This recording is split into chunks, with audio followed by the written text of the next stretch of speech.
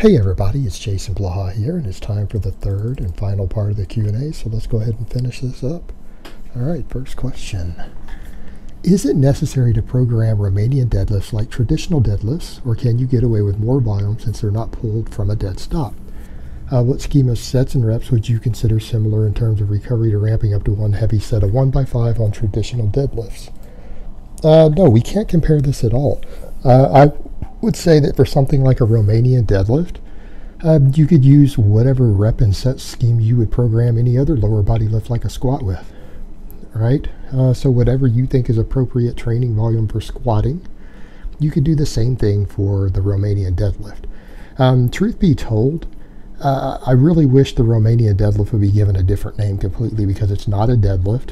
It doesn't put the same focus as a deadlift, and you don't pull the weight from a dead stop at all. So it really almost needs a different name. It needs a different name to avoid this sort of confusion, because the confusion of the name is what caused you to ask a question like this. You can't move the same sort of weight. It doesn't require the same amount of neuromuscular efficiency, anything else. It's not really a deadlift in any way that we would think of a deadlift. So hopefully that clears that up, and you understand that, yeah, you don't need to treat it like a deadlift in any way when programming. Forget that the word deadlift even appears in it, and just call it a straight RDL or whatever. You can call it Romanians for short if you want to take the term out of it so that it doesn't create that confusion. Nothing to do with a deadlift in terms of the way you recover or the progression or anything else. All right, next question. Hi, Jason. You've talked a lot about bench press recently on lifts that aren't optimal for hypertrophy. What's your opinion on chest flies for building the pec muscles? I'm not a fan of flies, and I know a lot of people are. I feel like flies simply cause unnecessary inflammation in your tendons. I don't think they bring anything to the table, even for hypertrophy, that you don't get out of other exercises. And what I mean is, even for someone who says, my goal is to compete in bodybuilding, should I do chest flies?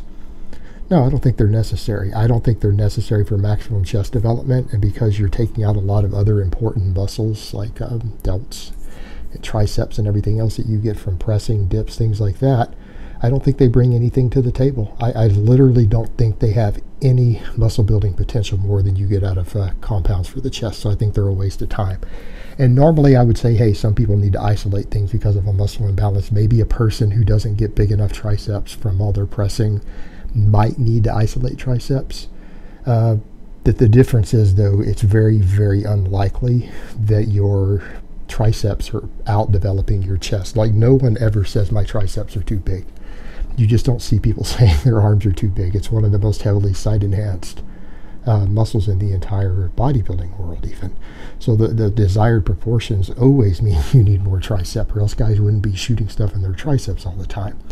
Now, that being said, I think maximum chest development can be achieved with combinations of chest presses, overhead pressing, dips, things like that. I think if you do those exercises correctly, with enough of them, and I don't mean you need 3 or 4 different lifts, with enough total volume and workload and progressive overload, I don't think flies are going to bring anything to the table in terms of building a bigger chest. I think they're more or less a waste of time. I'm not saying they can't build your chest. I'm saying they literally bring nothing to the table you can't get out of a compound, other than maybe some additional inflammation. I think they cause shoulder issues. I think they cause inflammation that's unnecessary while focusing on a single muscle that really isn't that difficult to bring up on a good program. All right, next question. Hi, coach.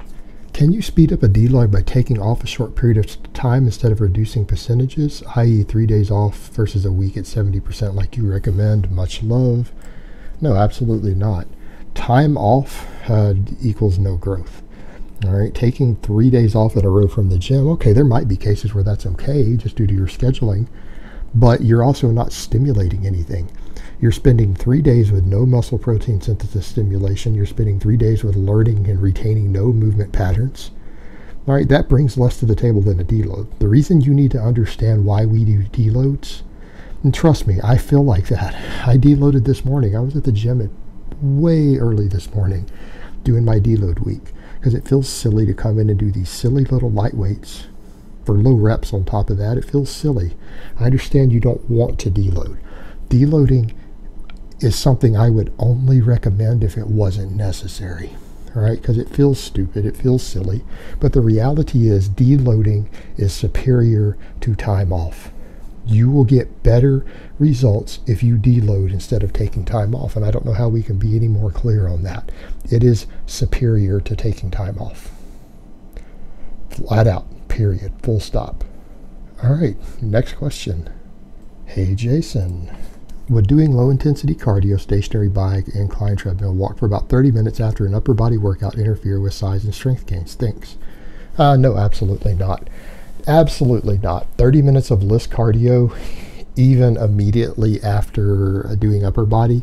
Now, I guess I'm also going to question, how effective is your routine if your upper body days are 100% upper body? I mean, I assume maybe you're doing chin-ups and bench press or something, but most really good upper body exercises do use a little lower body, just throwing that out. But that minor caveat aside, it's not going to affect your gains in any way. Doing cardio immediately after lower body training can interfere. But if you're doing leg only cardio, like you're describing, stationary bike, treadmill, it shouldn't negatively impact your upper body response at all, as long as you aren't breaking down any muscle tissue. I'd get a few carbs in. I'd get in a little bit of calories in between, get some carbs in, and then go ahead and do your cardio after. If it's a time crunch thing and you need to do, it's the only way you can get your 30 minutes in real quick. It's right there at the gym after your upper body work. It's probably okay. It shouldn't interfere, particularly not 30 minutes of list cardio. If you're doing like 2 hours of list cardio, yeah, it's probably a problem, especially immediately after. But 30 minutes, no, it's not going to affect you negatively. I just can't envision it doing so. There's no reason to think that it will. All right, next question. Hey, Jason. In one of your videos, you said that the chronic intake of 50 grams of fructose per day can cause issues. What do you think about the ADA recommending of no more than 36 grams of sugar per day? Is it too low for healthy training adult? Thanks. You said the AHA? I was thinking maybe you're thinking the ADA. No, I can't understand why they said sugar specifically. I don't know why we need to discuss sugar. We need to be worried about excessive fructose intake, not sugar intake. No one cares about sugars other than fructose having any negative effects in the body outside of their caloric content. So I'm not sure where they came up with that number, why they said 36. I couldn't tell you where they came up with that number. It's not based upon any research or studies I've ever seen. There's nothing that would suggest in any studies I've seen that 36 grams of total sugar per day, even if it's the worst kinds, highly processed kinds available, is going to be problematic. So I don't know where they came up with that number at all, or why they said the word sugar. We needed to quit using that term for something other than what we're intending, because most sugars, the majority of sugars, do not have negative health consequences unless you're over consuming calories. And as far as fructose goes, even fructose intakes that low don't cause health problems of which I'm aware. It really requires that chronic intake, and to really exacerbate it, you usually need to be sedentary or be obese.